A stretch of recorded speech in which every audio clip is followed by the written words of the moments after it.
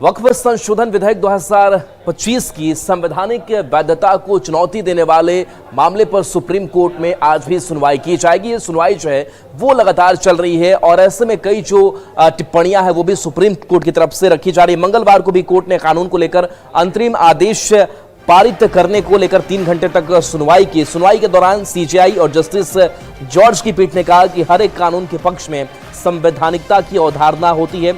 अंतरिम राहत के लिए बहुत मजबूत और स्पष्ट मामला बनाना होगा, अन्यथा संवैधानिकता की अवधारणा बनी रहेगी। याचिकाकर्ता के वकीलों की दलीलों को सुनने के बाद सुप्रीम कोर्ट ने केंद्र सरकार का पक्ष सुनने के लिए आज सुनवाई तय की है।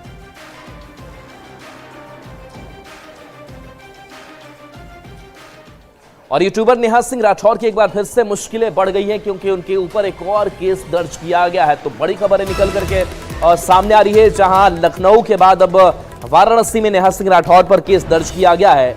वाराणसी के लंका थाने में केस दर्ज हुआ है। पीएम मोदी के खिलाफ विवादित टिप्पणी करने का आरोप नेहा सिंह राठौर के ऊपर।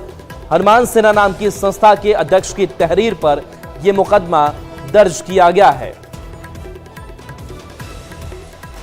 तो देखिए ये बड़ी खबर, जहां यूट्यूबर गायिका नेहा सिंह राठौर की मुश्किलें बढ़ी हुई हैं क्योंकि लखनऊ के बाद अब वाराणसी में उनके ऊपर केस दर्ज किया गया है। पीएम मोदी के खिलाफ विवादित टिप्पणी करने का आरोप उनके ऊपर। हनुमान सेना नाम की संस्था के अध्यक्ष ने यह मुकदमा दर्ज कराई है।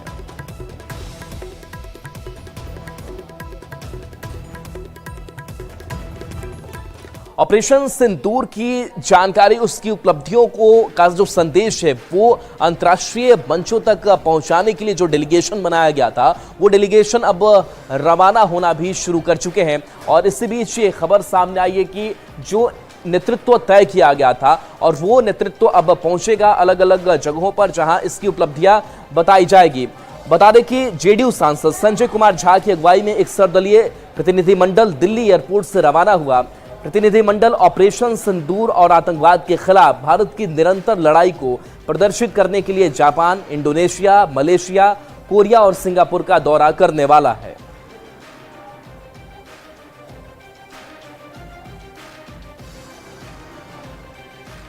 सबसे बड़ा मुद्दा है कि दुनिया में प्रधानमंत्री 60 डेलीगेशन भेज रहे हैं। अभी हम लोग जा रहे हैं और हमारा delegation Japan, south Korea, Indonesia, Malaysia और सिंगापुर जा रहा है। सबसे बड़ा इशू है कि ये आतंकवाद जो है वो पाकिस्तान की स्टेट पॉलिसी है, इनके नकाब को उतारना।